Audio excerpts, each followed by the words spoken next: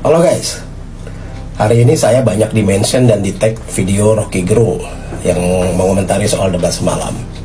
Dalam video itu, Rocky Gerung mengatakan bahwa di debat itu terlihat jelas bahwa kecerdasan ada di Anies, ketulusan ada di Prabowo, dan keangkuhan ada di Ganjar. Ya oke lah, sah-sah saja karena namanya ini kan opini ya. Dan tidak ada salahnya juga kalau saya juga mau beropini. Nah, terkait soal kecerdasan, kita sama-sama tahu lah kalau Anies Baswedan memang sangat lihai, sangat pandai dan baik, bagus, bahkan terlalu bagus saat beretorika dan berorasi. Ya, nah, tapi menjadi seorang pemimpin bukan hanya soal retorika saja, tapi bagaimana mengimplementasikan ide, gagasan, dan konsepnya ke dalam sebuah pekerjaan. Dan konsep-konsep pekerja ini bisa nggak dieksekusi dengan baik. Nah, kita lihat saja rekam jejak Anies Baswedan ketika menangani Jakarta. Berapa banyak proyek yang nggak jelas. Pernah ada kejadian kan Anies Baswedan nanam pohon plastik sepanjang jalan Sudirman Tamrin, lalu dicabut lagi karena banyak yang protes. Menebang pohon-pohon di Monas sampai sekarang nggak jelas kemana pohonnya. Kasus Formula E, program OKOC, reklamasi, yang judul kampanyenya adalah menolak reklamasi, tapi dia menerbitkan hampir 1000 surat izin mendirikan bangunan di lahan reklamasi. Belum kasus DP, program DP 0%, kasus-kasus kelebihan bayar, lem Aibon, bolpen di sekolah, dan masih banyak lagi. Dan ini semua membuktikan bahwa Anies Baswedan sama sekali tidak bisa mengeksekusi konsep-konsep bekerjanya, meskipun dia sudah didampingi oleh tim TGUPP berjumlah 73 orang. Oke, nah sekarang kita bicara soal ketulusan Prabowo. Apakah pernyataan maaf dari Prabowo atas sikapnya tidak pantas selama ini itu sangat-sangat tulus? Ya, karena menurut saya begini, ini sulit sekali untuk mengukur ketulusan seseorang. Nah, cara mengukurnya adalah bukan dengan ucapan, tapi dengan rekam jejak peristiwa yang telah dilakukan. Apakah misalnya perkataan Prabowo kepada Budiman Sujatmiko ketika mengatakan, sorry ya Bud, gue dulu kejar-kejar lu, apakah itu tulus permintaan maaf Prabowo?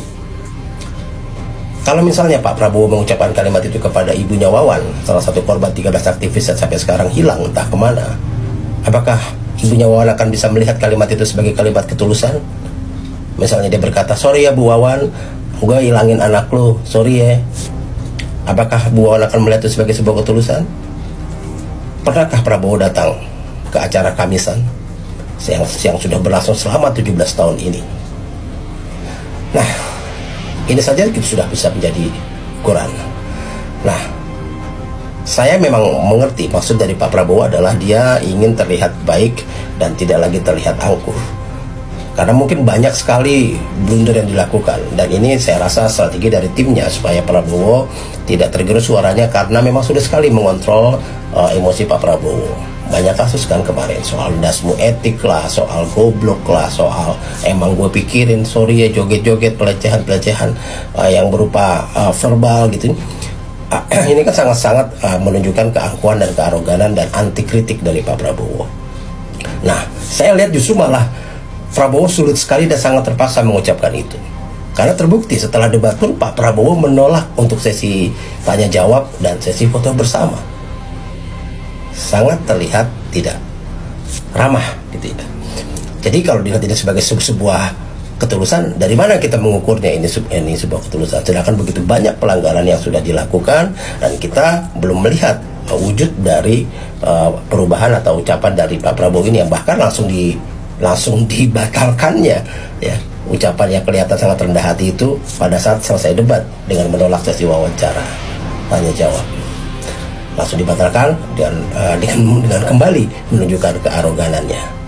Nah, lalu soal Ganjar yang dibilang angkuh, Pak Ganjar hanya mengutip ucapan Pak Jokowi di tahun 2019 lalu. Jadi bukan Pak Ganjar yang mengucapkan itu, bahwa kita tidak boleh memilih pemimpin yang punya rekam jejak pelanggaran HAM, punya potongan diktator, dan punya sejarah kekerasan. Ya karena ya memang kita tidak mau kembali ke zaman Orde Baru, atau kita tidak mau mendapatkan pemimpin seperti itu. Nah,